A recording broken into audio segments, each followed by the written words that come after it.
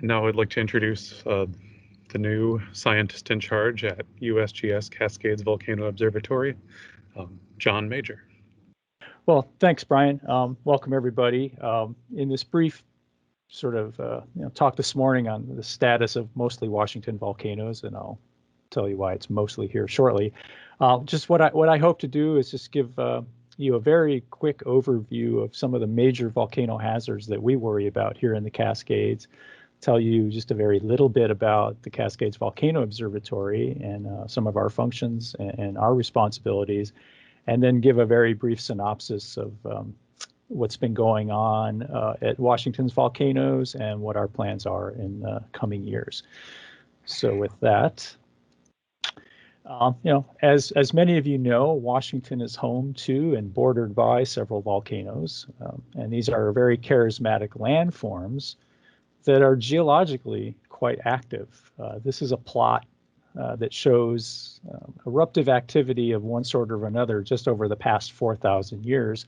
And so you can see that the volcanoes here in Washington, everything from Mount Baker in the north down to Mount Hood, which is just across the border in Oregon, have had a fair bit of activity over the past 4,000 years. And if we look at the Cascades as a whole, when we average over about the last 12,000 years, the Cascades typically will experience about 2 eruptions per century.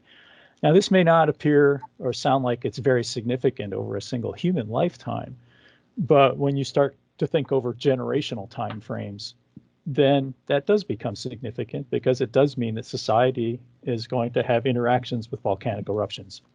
And here at the Cascades Volcano Observatory, we can't prevent those interactions between volcanoes and society, but hopefully we can help you try to mitigate the impacts of those interactions with society.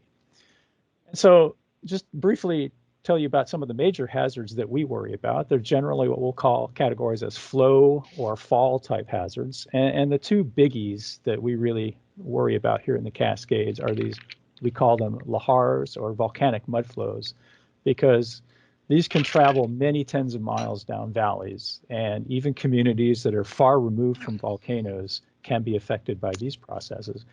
And generally, the communities we're particularly worried about that might be subject to these processes, these large lahars, are generally going to be kind of west of the Cascades. In contrast, volcanic ashfall, which we call tephra fall, is going to when a large eruption column rises into the atmosphere, the wind will carry that material downwind. And our downwind direction here is generally from the west to the east. So the communities that are east of the Cascades are the communities that are going to be generally subject to these volcanic ashfalls. And these ashfalls can go, tens to hundreds of miles or more downwind. And so communities that are not close to the volcanoes can be severely affected by volcanic processes. Another one that we've come to appreciate much more in the aftermath of the Mount St. Helens 1980 eruption is all the sedimentation, all the sediment that moves down river systems in the years to decades after eruptions, and that can present really long-term challenges to society.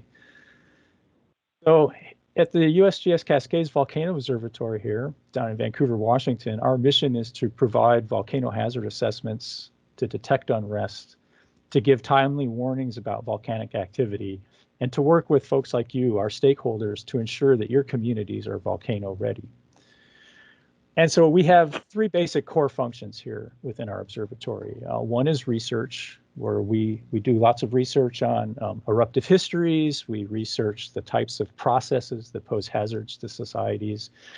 We develop lots of hazard assessment tools, various kinds of models that allow us to assess and try to predict and anticipate what different types of processes might do under different types of scenarios. Another core function here at the Cascades Volcano Observatory is we monitor the volcanoes. So we have instrumentation that we put out on the landscape, and we'll talk about that a little bit more, but this is a way for us to sort of, it's kind of like going to the doctor. It's our way of detecting, what's going on at a volcano. And a third function here at the observatory is, we call it community preparedness or outreach. And we'll talk about that in a little bit more detail in a few slides.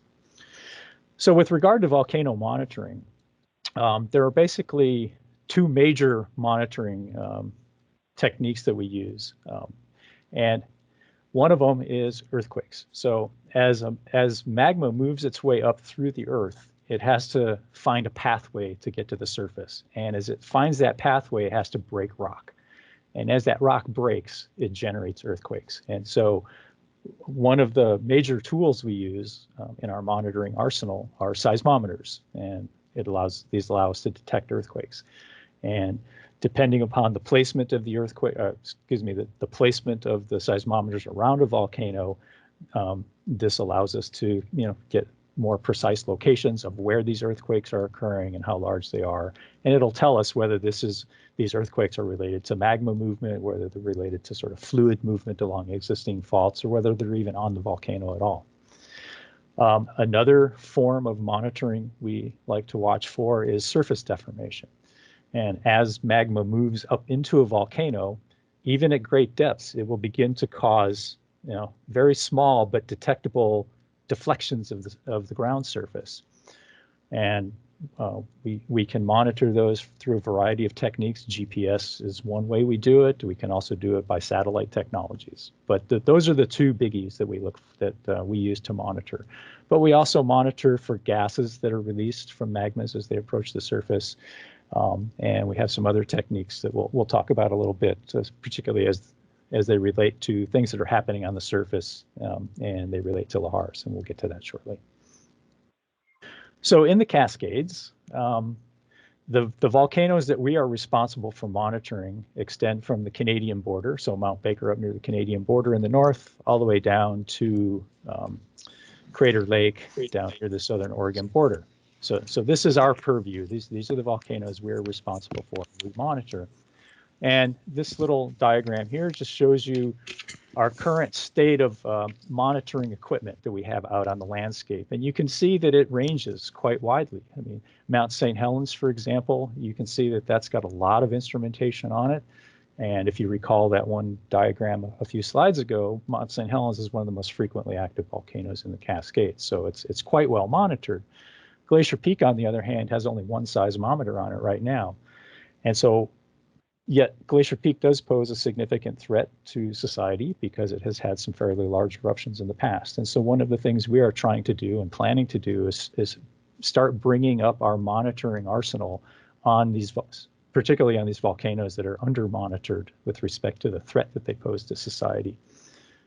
And so what we've got, some plans we have coming up, we'll go into a little more detail shortly, is with Mount Baker, we are going to start scoping out some sites where we will be able to, we hope to install some new instrumentation sites in the future. We hope to start scoping out those sites this year.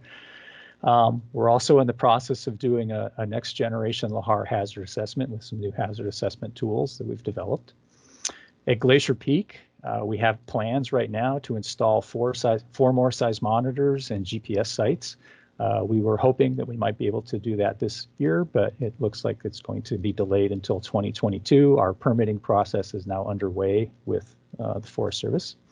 And this is in a wilderness area, so the permitting process takes a little bit of time. At Mount Rainier, we added some new stations last year. We call these lahar detection system stations.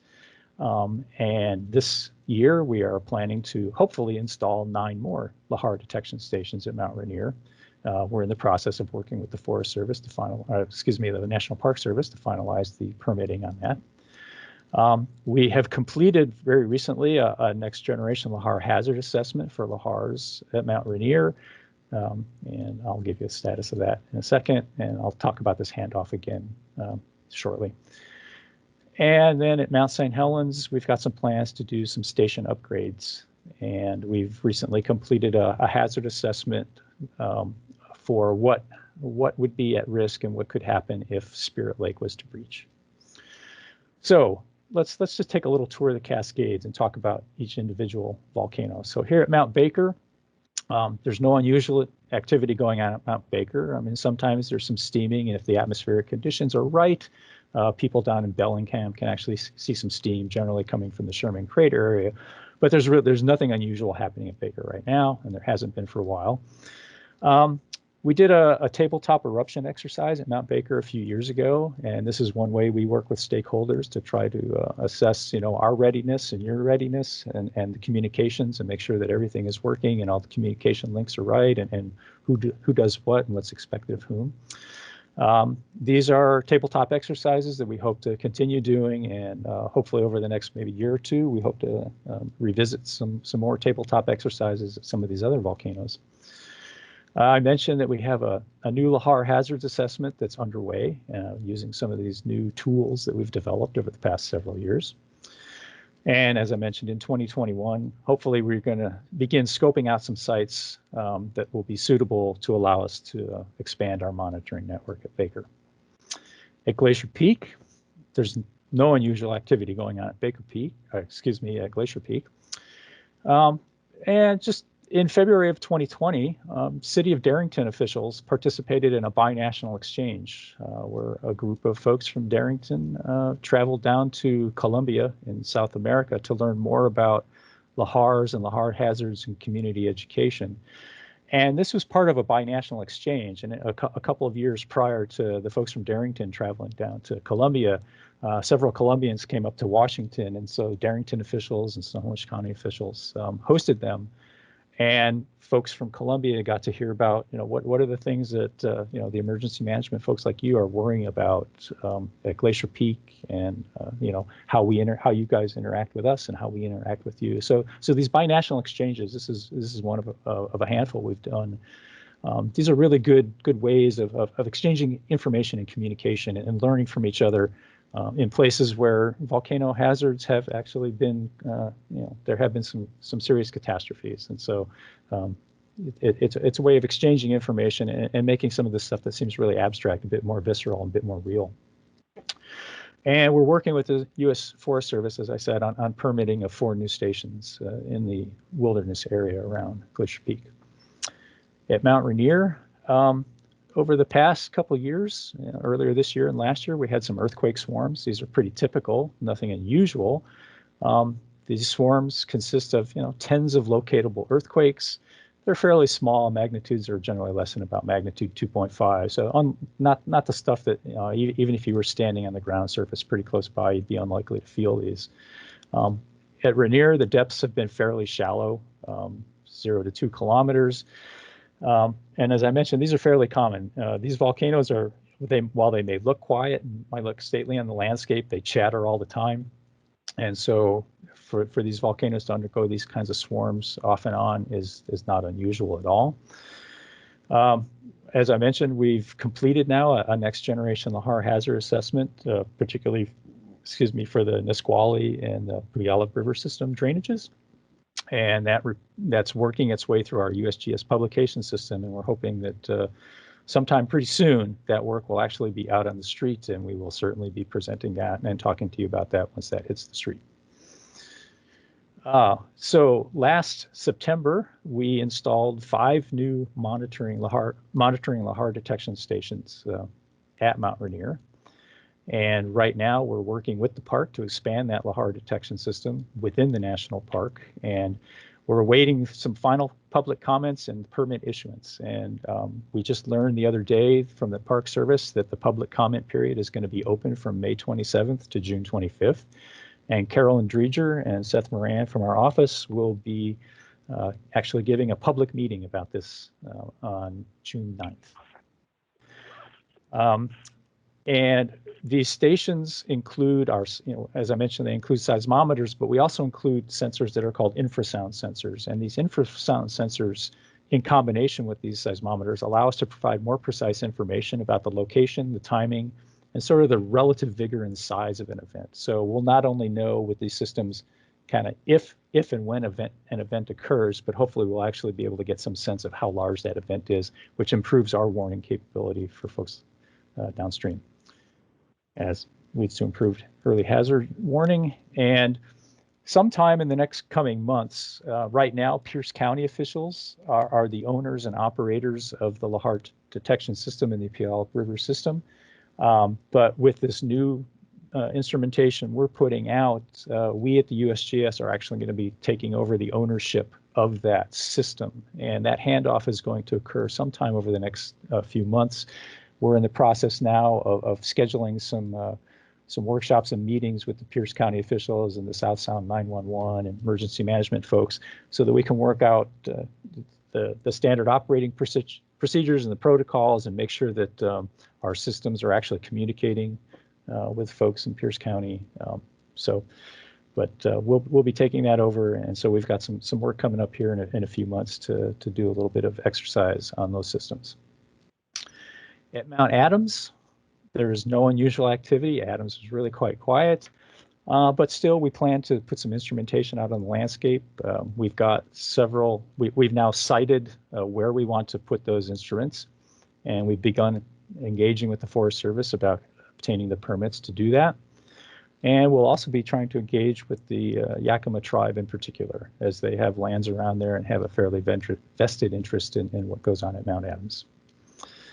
At Mount St. Helens, this summer we plan to do some maintenance and station upgrades. We're going to be installing a new gas monitoring station over on the east flank. And in addition to that, every season, typically in the fall, when the first heavy rains come in, we typically get these small debris flows that get triggered at Mount St. Helens, and they also get triggered at Mount Rainier and Baker and other places.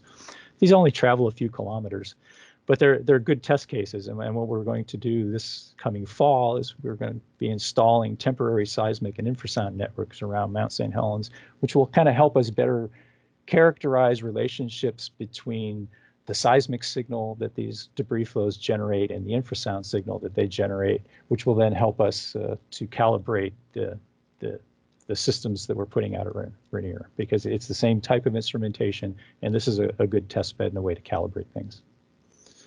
And as I mentioned, we've recently completed an assessment, a hazard assessment of what possibly could happen downstream if Spirit Lake was to breach, and that report is now in progress. At Mount Hood over in Oregon, last fall we installed 3 new stations on the flanks of Mount Hood. They were combinations of GPS and seismometers, and this was a cooperative project with the Forest Service and the Mount Hood National Forest. And since we've put those some of that instrumentation in, we've detected a few earthquake swarms earlier this year at Mount Hood. Again, these are common swarms. At Mount Hood, they lasted anywhere from tens of minutes to maybe a few hours. Maximum magnitudes were less than 3, so pretty small things. They were all pretty deep, 1 to 7 kilometers below sea level. And by putting in the GPS stations, we were able to confirm that there was no deformation that was associated with these earthquake swarms. So that tells us that these aren't the result of magma moving in the system, because if magma was moving in the system, we'd probably detect some surface deformation. And instead, these are related to fluid movement along existing faults around the volcano. Just out of curiosity, we installed some temperature sensors in a springs near government camp, just to see if there might be any change in water temperatures associated with this earthquake swarm. And we've also put out we also had a temporary deployment of these infrasound sensors, again, to try to calibrate against event occurrence and size and compare with seismic signals. And we had them out this winter, and we were actually detecting snow avalanches. So it's a way of us being able to calibrate size and magnitude with the seismic signals that we also collect at the same time. And sometime, probably 2022, 2023, we're going to try to install a new gas detection station up at Crater Rock up at Mount Hood. One of the other things we do, we have these volcano hazard response plans that have been developed in cooperation with lots of you folks, the emergency management divisions and Office of Emergency Management. But, if you look at the dates on these, they're a little stale. Some of them are, getting on to be about 10 years old now. So we're proposing, and one of the things we plan to do is over the next couple of years is to try to regenerate some of these volcano working groups and meeting with you folks and trying to bring these documents up to date. People change. There's lots of call down numbers and call down names in these documents. So we plan to try to bring these things up to date, and we'll certainly be contacting you for assistance and communications on that. Just a little more on our community preparedness and outreach. We hold tabletop exercises. We, hold sessions like this with you folks. We're very active on our social media. We do lots of news. We interact with lots of news media. We've developed lots of hazard products that are out there that we try to push out to you and at least make you aware of. There's a bunch of links here at the bottom of this slide, and these links will show up in my last slide. But these are places where you can go and get information about what's going on. And perhaps the one to be most I'll bring to your attention the most is this one called the Volcano Notification Service. Because anytime there's any sort of information release or any activity that we feel is significant enough to put out any kind of notification, it'll be pushed out on that. And that's actually a service you can subscribe to fairly easily. You can sign up for it, and then you will get your notices automatically via email. So you wouldn't have to go searching for things. That information will come to you. So just kind of in summary, I think we have a pretty good handle on the hazards at each of the volcanoes in the Cascades. This is based, CVO has now been in existence for 40 years. We've got lots of information, lots of depth, lots of knowledge about these volcanoes. Fortunately, most of our volcanoes are remote, so some of the processes that are restricted to areas fairly close to the volcano are not going to put large populations at risk. However, there are some volcano processes that do expose large populations to hazards, and those are going to be these large mud flows that travel long distances down river systems and the ashfall that's going to travel long distances downwind. But it's a double-edged sword, right? Because the remoteness of our volcanoes, the media onslaught that obviously will ensue if the next time one of our volcanoes awakens, and potentially long durations of eruptions are going to really severely challenge and tax the eruption response, and therefore good planning is needed. And that good planning relies on good communication and good interaction between us and you. So with that, I'd be happy to answer any questions you might have. Thank you, Jon.